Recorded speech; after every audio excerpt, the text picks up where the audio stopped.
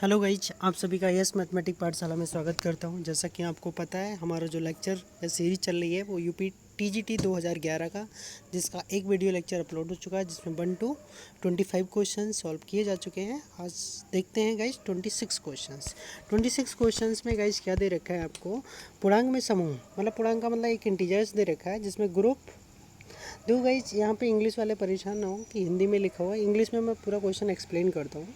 इसमें लिखा है इंटीजर्स का कोई एक ग्रुप दे रखा है जेड कॉमा, ठीक है, स्टार। स्टार का मतलब यहाँ पे कोई ऑपरेशन दे रखा है। ए स्टार बी किस तरह से डिफाइन है गाइज?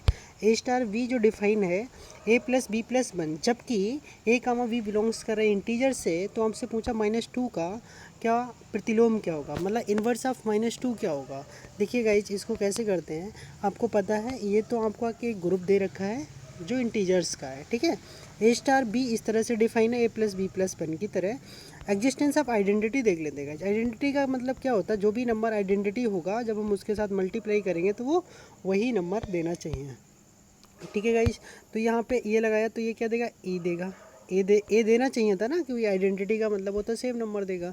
तो अब यहाँ पे इसको फार्मूले से खोल दो भाई। ए स्टार बी कैसे खुलता है? ए प्लस बी प्लस वन, यहाँ पे ई लिखा हुआ, तो ई प्लस ए प्लस वन से खुल जाएगा। ए से ए कैंसिल हो जाएगा, तो आइडेंटिटी क्लियर हो गया गाइज। इसकी जो आइडेंटिटी है वो क्या है? -1 है। अब एग्जिस्टेंस ऑफ इनवर्स, पहले एक एग्जाम्पल देते हैं, फिर इसका क्वेश्चन निकालते हैं गाइज।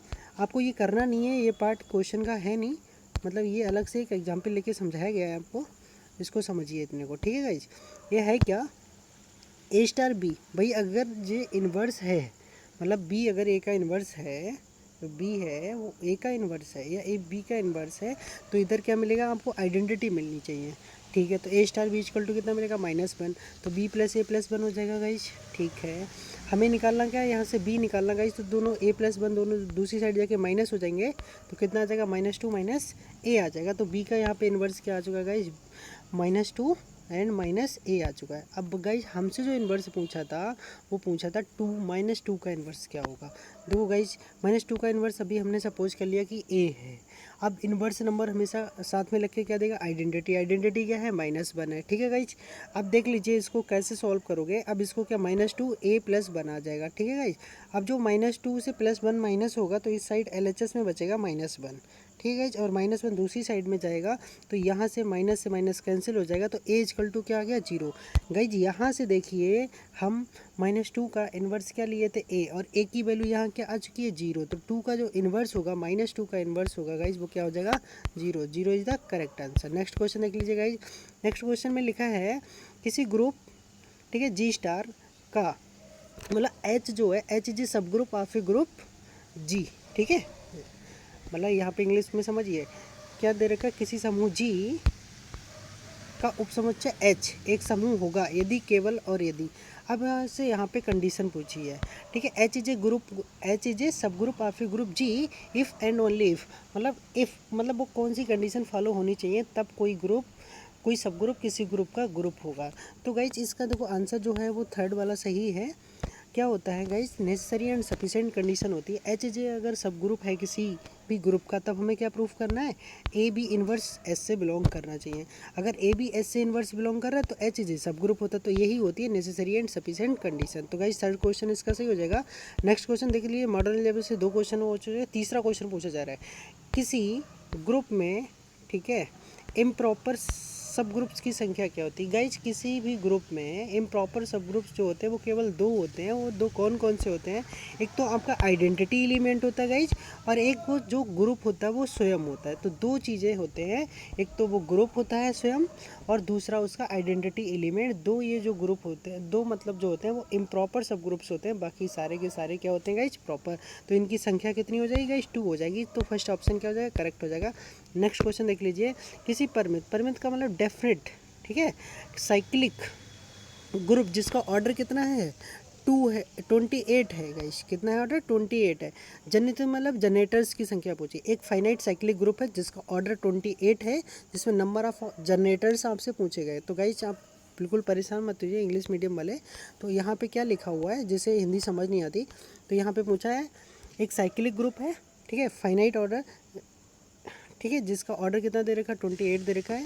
ये फाइनाइट साइक्लिक सब, ये finite cyclic group whose order is 28, find the number of generators. तो इसके नंबर ऑफ जनरेटर्स पूछे गए। गाइस तुम्हें बता दूँ एक चीज़, जिन जिनके साथ इस ऑर्डर का ठीक है SCF 1 आता है वो सारे के सारे इसके क्या होते हैं, जनरेटर्स हो जाते हैं। तो इसकी पावर्स को हम क्या करेंगे गाइज, इकट्ठी कर लेंगे। जैसे 1 है, 2 है, 4 है, ये सारे के सारे यहाँ से यहाँ तक हो जाएंगे। ठीक है गाइज, ये टोटल 28 हो गए। ठीक है, बट ये सारे के सारे क्या देंगे, आइडेंटिटी देंगे। बट इनमें ऐसे कितने हैं जो 28 के साथ मिलकर आपको जो SCF है वो 1 देंगे। जैसे 1 और 28 का 1 हो जाएगा 3 और 28, अर्थात वो नंबर 1 से लेके 28 तक। और 28 में अगर हम कॉमन फैक्टर करें तो ओनली और ओनली 1 होना चाहिए, अर्थात SCF उनका कितना होना चाहिए, 1 होना चाहिए। तो ऐसे कितने एलिमेंट है गाइस, ये आप काउंटिंग कर लीजिए, ये और ये। ठीक है, टोटल 12 एलिमेंट है, अर्थात इसके जनरेटर्स की संख्या कितनी हो जाएगी, 12 हो जाएगी। नेक्स्ट क्वेश्चन देख लीजिए गाइस 30। किसी समुच्चय का मतलब सेट्स ए में रिलेशन आर इस प्रकार दे रखा है कि R equal to R inverse. R equal to कैसा गाइज, आर इनवर्स।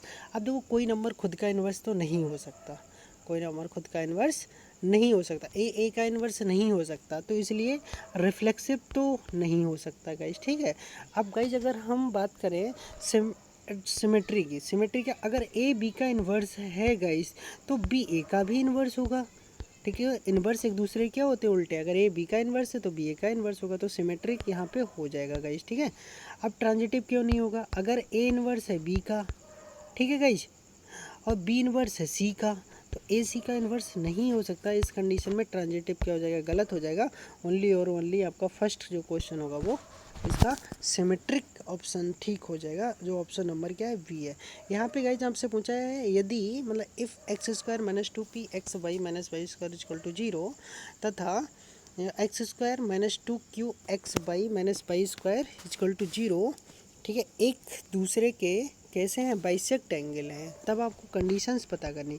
तो गाइज करते क्या है, जो पहली इक्वेशन होती है उसको इस तरह से लिख लीजिए, x² - y² upon a - b, और एक्स वाई के नीचे क्या लिख लेना, h लिख लेना। तो पहले कोफिशिएंट देखिए गाइज, ए बी और h की वैल्यू निकाल लीजिए।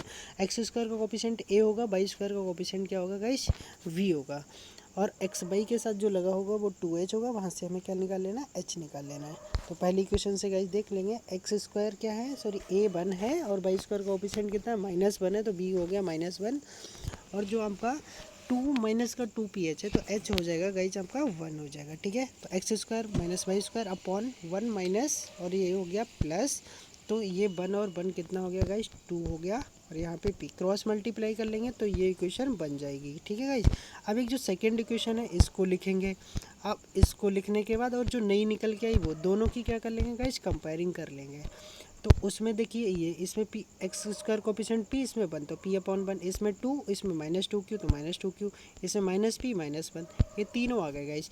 अब यहाँ से क्या कर लीजिए, इसी को देख लीजिए, q से 2 से 2 काट दिया गाइज, ठीक है, माइनस से माइनस काट दिया, और इससे जब इसकी मल्टीप्लाई करेंगे तो पी क्यू हो गया, और इधर से -1 हो गया, अर्थात पी क्यू इक्वल टू कितना आ जाएगा, -1, और इस साइड लाएंगे तो +1। नेक्स्ट क्वेश्चन देख लीजिए, किसी त्रिभुज के शीर्ष 0,3 एंड -3,0 तथा 3,0, मतलब कोई भी ट्रेंगल है जिसके वर्टिसेस हमको गिवन है, जिसका आर्थो सेंटर हमसे लंब के अंदर किया गया है, पूछा गया है। ठीक है गाइज, नेक्स्ट को इसका आंसर देख लीजिए। तो इस तरह से इसका फिगर बना लेंगे गाइज, सभी बना लेंगे। हम AC इक्वेशन का क्या निकाल, AC जो इक्वेशन है इसकी हम इक्वेशन निकालना है, क्या होता है, y - y1 y2 - y1 upon x2 - x1 x - x1। तो किसी को एक को x1/1 और दूसरे को गाइज x2/2 ले लेना। यहाँ से लाइन की इक्वेशन बनाते हैं, तो लाइन की इक्वेशन आ गई गाइज x + y = 3। अब इसके परपेंडिकुलर इक्वेशन बनाते हैं। परपेंडिकुलर में इक्वेशन में क्या होता है गाइज, x का कोफिशिएंट y के साथ और y का कोफिशिएंट क्या होता है, x के साथ होता है, और बीच में प्लस होता है तो माइनस लगा देते हैं, और कांस्टेंट की जगह लैम्डा लगा देते हैं। तो ये अब ये जो है वो किससे पास हो रही है गाइज, इन दोनों पॉइंटों में से 0,3 से ये लाइन पास हो रही होगी, तो इससे हम क्या करा देंगे, इसको पास करा देंगे। पास कराने पे गाइज हमें लैम्डा मिल जाएगा -3, लैम्डा की वैल्यू लगा देंगे तो ये इक्वेशन मिल जाएगी। अब इस इक्वेशन में अगर हम बाई एक्सिस की इक्वेशन लिखते हैं तो बाई एक्सिस की इक्वेशन क्या होती है गाइज, x = 0, तो x 0 लगाएंगे तो y = कितना मिल गया, 3। तो इसका जो अर्थ, ठीक है, लंब केंद्र या आर्थो सेंटर होगा वो कहाँ हो जाएगा गाइज, 0,3 पे हो जाएगा। नेक्स्ट क्वेश्चन देख लीजिए, यहाँ पे देखा है गाइज, इसको समझिए, एक रेखा मतलब एक लाइन दे रखी है, 4x + -5y + 8 = 0 के पॉइंट 0, 2,3 से डाले गए परपेंडिकुलर के मतलब क्या करना है, हमें निर्देशांक निकालना है अर्थात कोऑर्डिनेट्स निकालने हैं इसके। कोई एक लाइन है इस तरह से गाइज, एक लाइन है और एक पॉइंट है, इससे इस पे परपेंडिकुलर डाला गया, तो इस जो पॉइंट आएगा ना ये, इस पॉइंट के कोऑर्डिनेट क्या होंगे वो आपसे पूछे गए हैं। ठीक है गाइज, तो इसको देखो कैसे निकालेंगे, बहुत ही आसान तरीके से बताता हूँ। सबसे पहले आपको क्या दे रखा है, ये इक्वेशन दे रखी है, इसकी इक्वेशन किस में लिखेंगे, लंब रूप में लिखेंगे, मतलब परपेंडिकुलर फॉर्म में लिखेंगे। तो x का कोफिशिएंट y के साथ और y का कोफिशिएंट x के साथ करते हैं गाइस। ठीक है, और बीच में माइनस होता तो प्लस कर लेते हैं, बाकी कांस्टेंट एक लगा लेते हैं। और ये लाइन किससे देखो गाइस पास हो रही है, क्वेश्चन में लिखा है ये गाइस 2,3 से पास हो रही है, अर्थात 2,3 से इसको पास करा देंगे तो k की वैल्यू मिल जाएगी। ठीक है गाइस, तो ये इक्वेशन मिल चुकी है। और ये इक्वेशन गाइस कौन सी थी, पहले वाली। इन दोनों इक्वेशनों को गाइस सॉल्व कर लेते हैं। सॉल्व किससे करना है, क्रॉस सेक्शन मेथड से। पहले x वाले को छोड़ देंगे तो जो क्या होगा, y के साथ इधर कांस्टेंट 8 है और इधर 4 है, तो 8 इसकी मल्टीप्लाई और इसकी मल्टीप्लाई, ऐसी फिर बीच वाले को छोड़ देंगे, इससे इसकी और इससे लास्ट वाले की। ठीक है, उम्मीद करता हूँ गाइस ये क्रॉस सेक्शन मेथड सभी को आता होगा, सॉल्व कर लेंगे। क्रॉस कैसे भी कर लीजिए, आपको एक्स वाई निकालना है यहाँ से, और जो एक्स वाई निकल के आएगा वही इसका क्या हो जाएगा, परपेंडिकुलर, या जो पॉइंट होंगे जो परपेंडिकुलर डाला गया था वो किस पॉइंट पे आके मीट करेगा, उस पॉइंट से क्या हो जाएंगे गाइस, कोऑर्डिनेट्स हो जाएंगे। ओके, नेक्स्ट क्वेश्चन देख लीजिए 34, बिंदु 2, -3 के वृत्त, एक आपको क्या दे रखा है गाइस, एक पॉइंट दे रखा है और एक सर्किल दे रखा है कि जो स्पर्श मतलब जो टेंजेंट होगी उसकी लेंथ क्या होगी।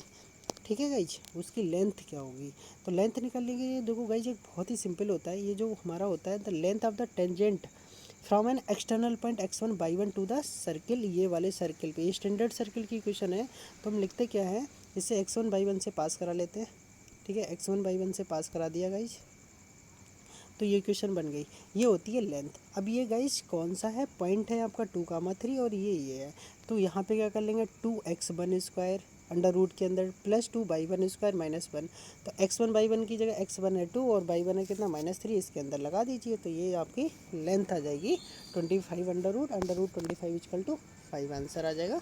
नेक्स्ट क्वेश्चन देख लीजिएगा इज, नेक्स्ट क्वेश्चन 35, आपको 2 सर्कल्स दे रखे हैं x² + y² = r², and second circle है x² + y² - 10x + 16 = 0।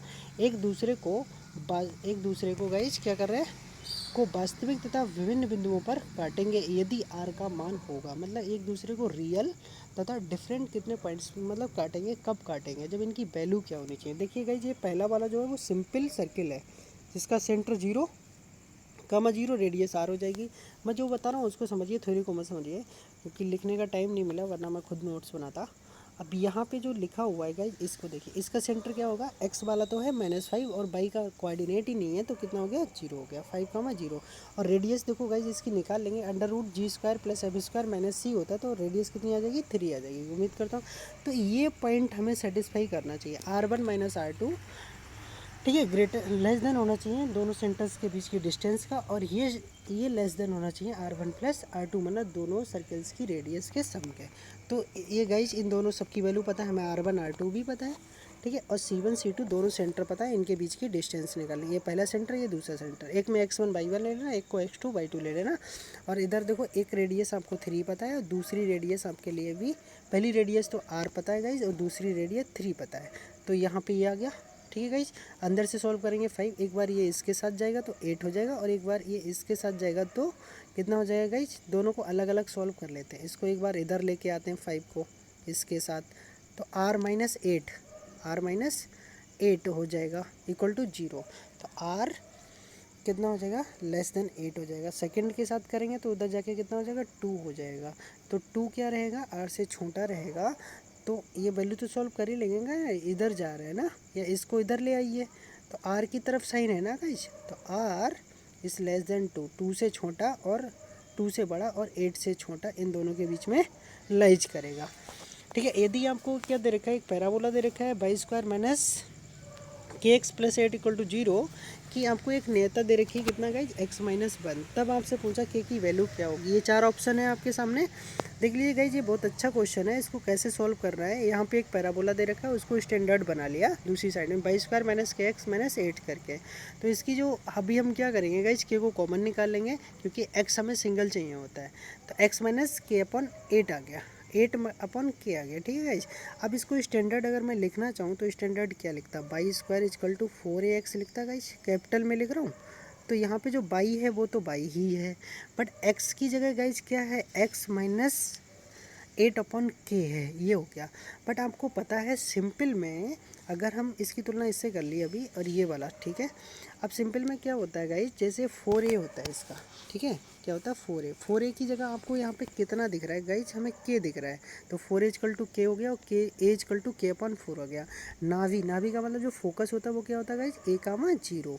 तो यहाँ पे कितना हो, ए की वैल्यू क्या, k अपन 4 कामा 0, ये इसकी क्या हो गई गाइज, फोकस हो गया, ठीक है। अब आपको पता है जो फोकस होता है, फोकस से जितनी डिस्टेंस पर क्या होती है ना, नेता होती है, ठीक है, मतलब शीर्ष होता है, और शीर्ष से उतनी ही डिस्टेंस पर क्या होती है गाइज, नेता होती है। जैसे मैं फिगर बना रहा हूँ, जैसे ये है, ये आपका फोकस है, फोकस से जितनी डिस्टेंस पर ये क्या है, वो शीर्ष है, और शीर्ष से उतनी डिस्टेंस पर क्या होती है, नेता होती है। तो दोनों क्या होते हैं, इक्वल डिस्टेंस पर होते हैं। तो दोनों के बीच की दूरी क्या हो जाएगी गाइज, k अपन 4 ही तो हो जाएगी।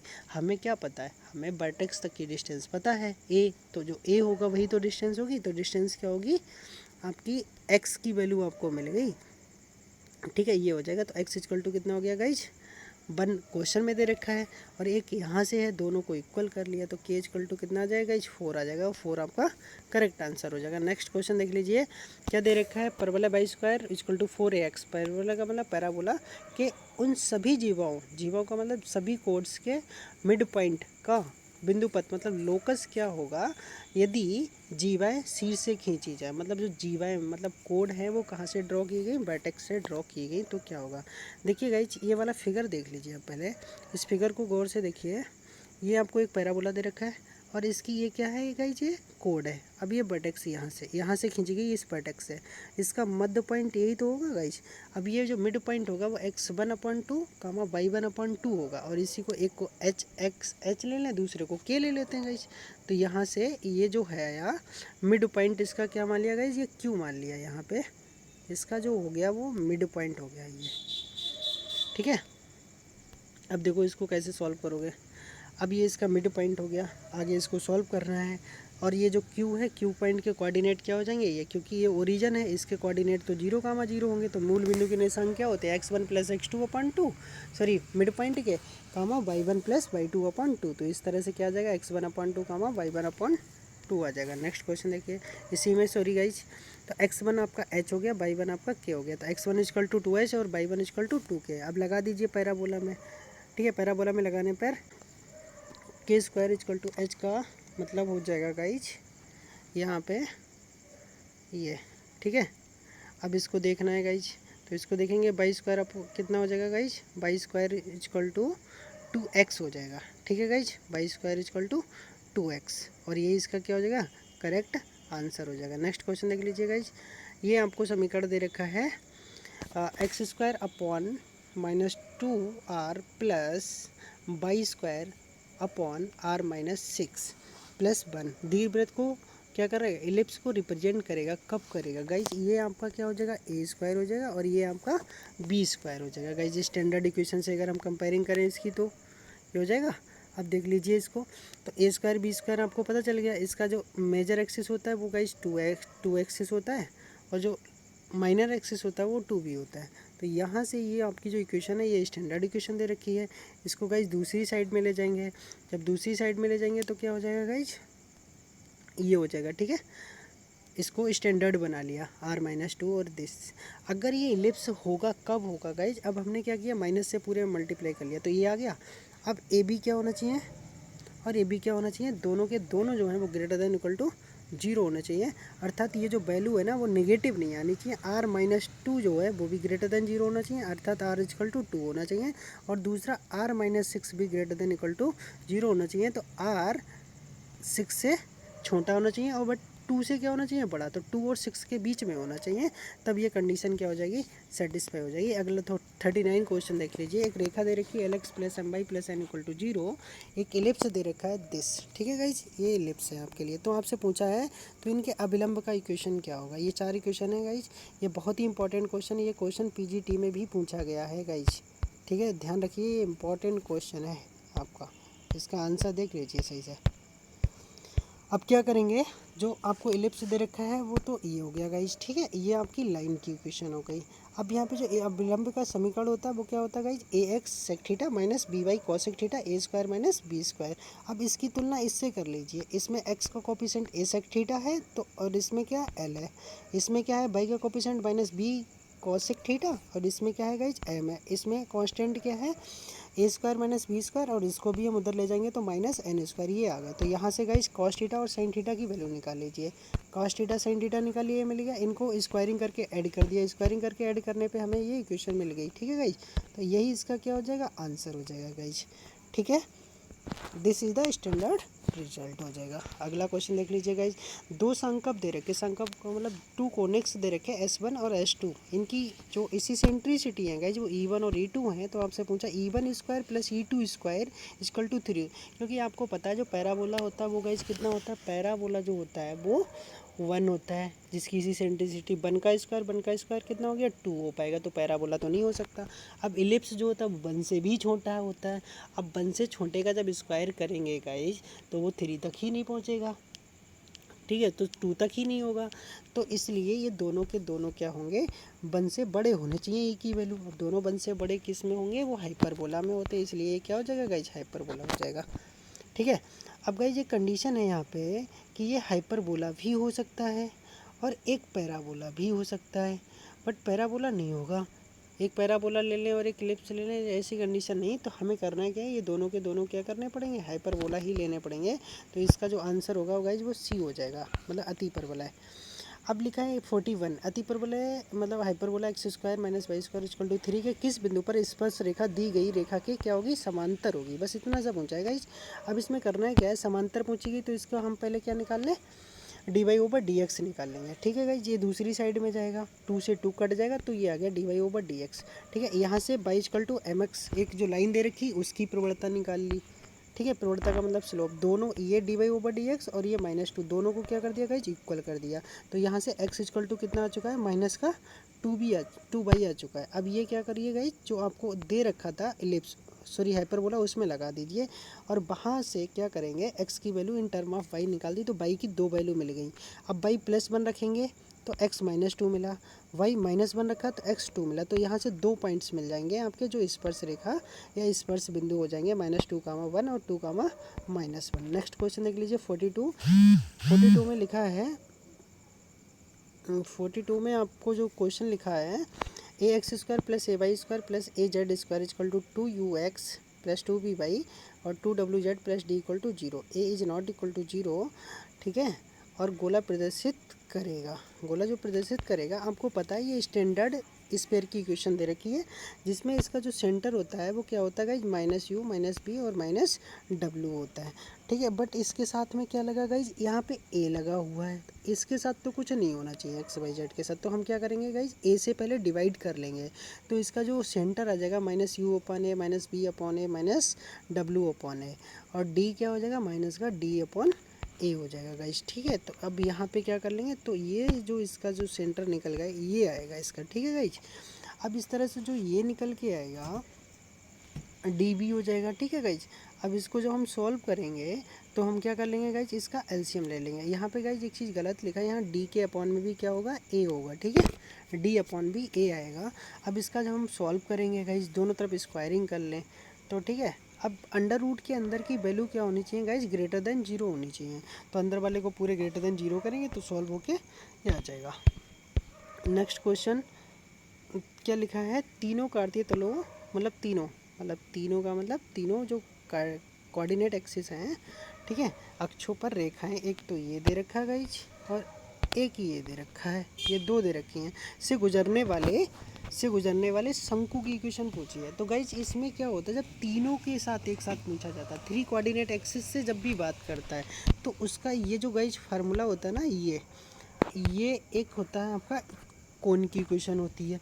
अब इसको जब हम तीनों से पास कराते हैं तो 1 0 0 0 1 0 0 0 1 से पास कराते हैं, तो यहाँ पे ए बी सी गाइज क्या आ जाता है 0, तो आपका बचता है ये। अब इसको जब हम सॉल्व कर लेते हैं तो आता ही है, यही आपकी मेन इक्वेशन है 3 कोऑर्डिनेट एक्सिस से जब कोई भी कौन पास होती है तो f y z g z x 2h x y होता है गाइज।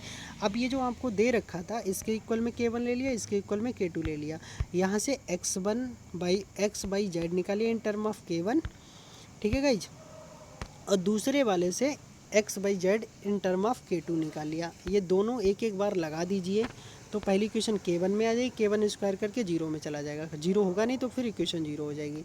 ऐसी k2 में इसको करेंगे, k2 कॉमन है, k2 0 नहीं होगा तो ये 0 होगा।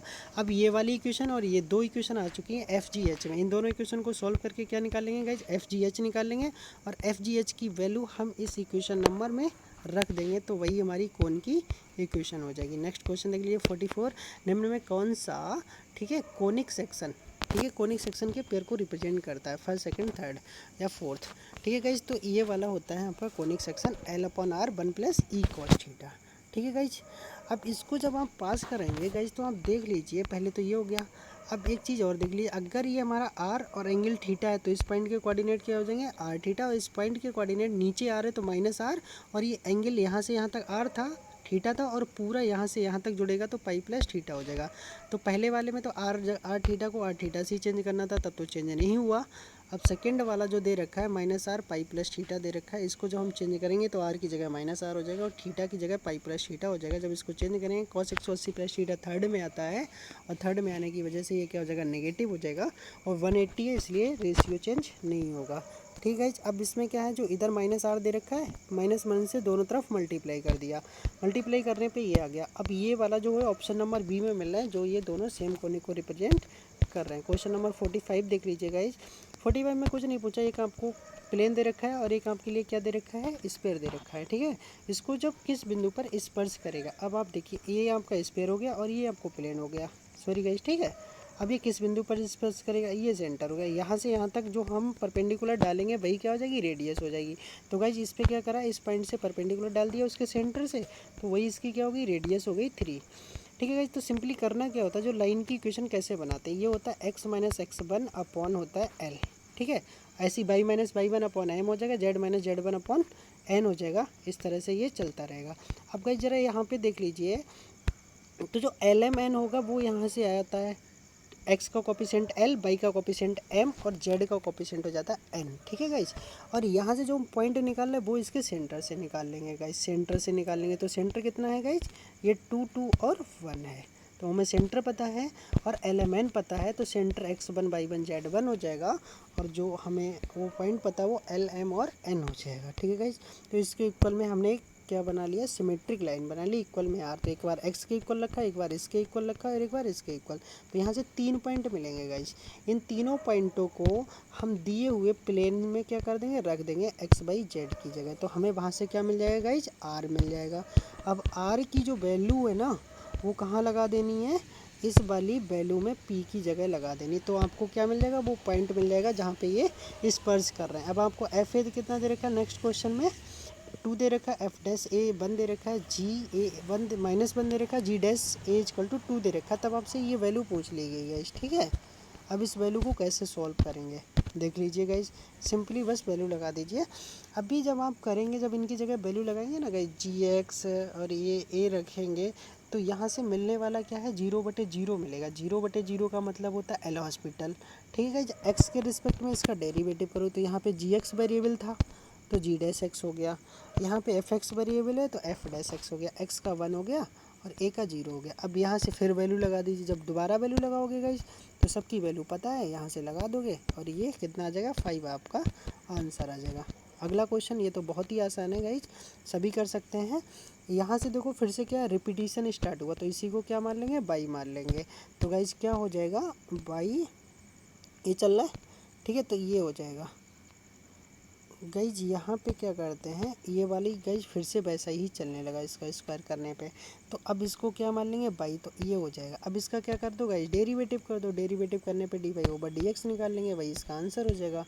नेक्स्ट क्वेश्चन देख लीजिए गाइज, ये question guys fx = x³ sin x cos x ये दे रखा है, इसमें आपसे पूछा इसका क्या करना है, डेरिवेटिव निकालना है गाइज।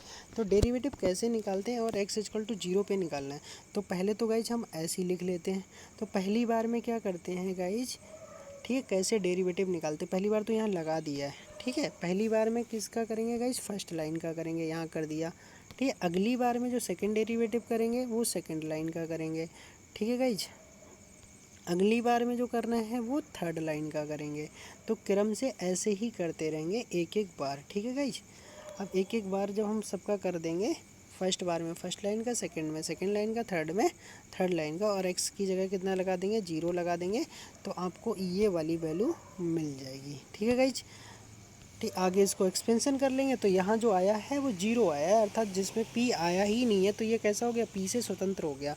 अब इन्होंने दिया है, दिए गए, देख लीजिए गाइज, दिए गए वक्र का अभिलंब x अक्ष के समांतर होगा यदि, अब भाई अभिलंब की बात करी, अभिलंब का मतलब इक्वेशन नॉर्मल का स्लोप निकालना है। ठीक है गाइज, तो नॉर्मल की जो प्रवणता होती है वो पैरेलल की क्या होती है, अपोजिट होती है, और साथ में माइनस लगा होता है, उल्टा होता है। तो ये 1 अपॉन ऊपर जाएगा तो dx upon dy equal to क्या हो जाएगा, 0 हो जाएगा, और ये इसका करेक्ट। इसमें क्या पूछा गया है, मैक्सिमम ढाल पूछिए, मैक्सिमम स्लोप पूछ लिया इसका, तो हम पहले क्या निकालेंगे, ओनली स्लोप निकाल लेंगे इसका एक बार डेरिवेटिव करके।